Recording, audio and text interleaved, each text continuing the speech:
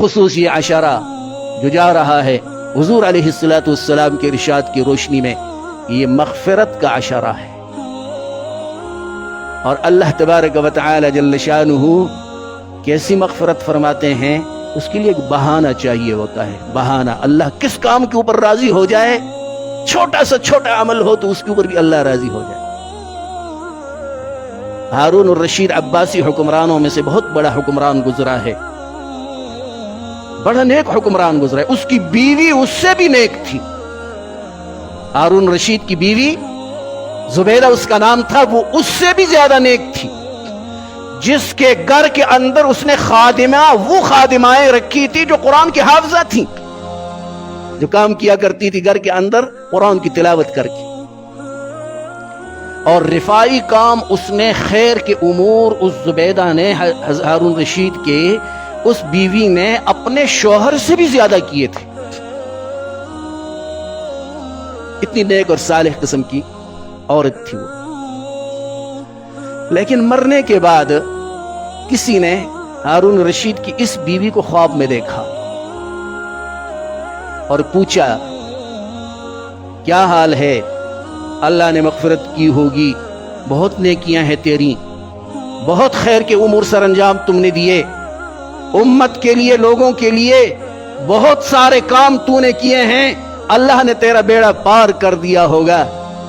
تو کہنے لگی کہ میری کوئی بھی نیکی کارآمد نہیں ہوئی سوائے ایک نیکی کے، اور وہ خواب میں بیان کر رہی ہے اس کو کہ وہ یہ کہ ایک دن اپنے محل کے لان میں، صحن میں گھوم رہی تھی، سر سے دوپٹہ نیچے اترا ہوا تھا، کاندھوں پہ آیا ہوا تھا، اور اس دوران مؤذن نے آذان دی، اور آذان کی آواز جب پہلے کلمے کی اللہ اکبر کی یہ آواز میرے کانوں میں گونجی تو میں نے اللہ کی عظمت کو، اس کی کبریائی کو، اس کی بڑائی کو مد نظر رکھتے ہوئے اس دوپٹے کو کاندھوں سے اٹھایا اور سرف کے اوپر رکھا اور سرف کو ڈانپا۔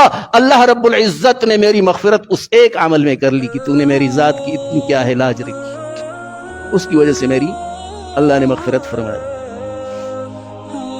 آج کے حکمران ہماری بچیوں کی سروں سے دوپٹے اتار رہے ہیں۔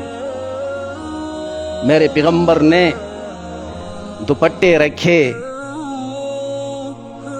شیما حضور کی رضائی بہن تھی، اور غزوہ حنین کے بعد جعرانہ کے مقام پر غنائم تقسیم ہو رہے ہیں، اور بے کسی کے عالم میں یہ قیدیوں میں بن گئی، دوڑتے ہوئے آئی حضور کے پاس کہ میں تو حضور کی رضائی بہن ہوں، حضور نہیں پہچان رہے ہیں کہ رضائی بہن ہے۔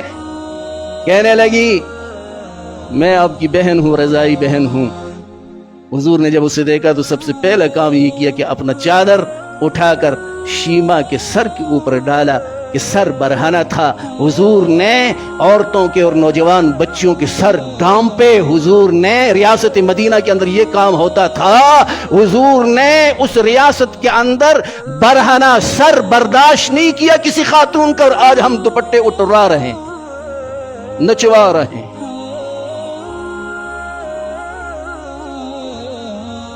تو زبیدہ نے کہا اللہ نے اس عمل کے اندر میری مغفرت کر دی۔ بظاہراً تو کتنا چھوٹا سا عمل ہے، کیا خیال ہے کہ اللہ اکبر کی صدا بلند ہوئی، میں نے کہا اللہ کا نام بلند ہو چکا ہے اور میرے سر سے دوپٹہ اترا ہوا ہے، تو احترام میں سر کے اوپر دوپٹہ رکھا۔ اللہ نے کہا تو نے میرے نام کی اتنی لاج رکھی، جا آج میں نے تجھے معاف کر دیا، تیری مغفرت کر۔ اللہ کی رحمت اور اللہ کی مغفرت جو ہے نا بہانہ ڈھونڈتی ہے، اور بالخصوص رمضان کے مہینے میں تو اللہ کی طرف سے صدائیں آ رہی ہوتی ہیں، کون ہے جو مجھ سے مانگے ضرورت میں اس کی ضرورت کو پوری کروں، کون ہے جو مغفرت کا طلبگار ہو میں اس کی مغفرت کر لوں۔ اور اللہ تبارک و تعالی جل شانہ کی مغفرت اور رحمتوں کے اندر کسی قسم کی کوئی کمی نہیں ہے، ہر شے کے لیے اس کی رحمت، اور یہ دنیا میں اس کی رحمتیں جو پوری کائنات کے شامل حال ہیں، یہ ایک حصہ ہے اس کی رحمتوں کا اور 99 حصے اللہ رب العزت کی ایمان والوں کے لیے آخرت کے اندر رکھیں جو اپنی رحمت شامل حال فرمائے۔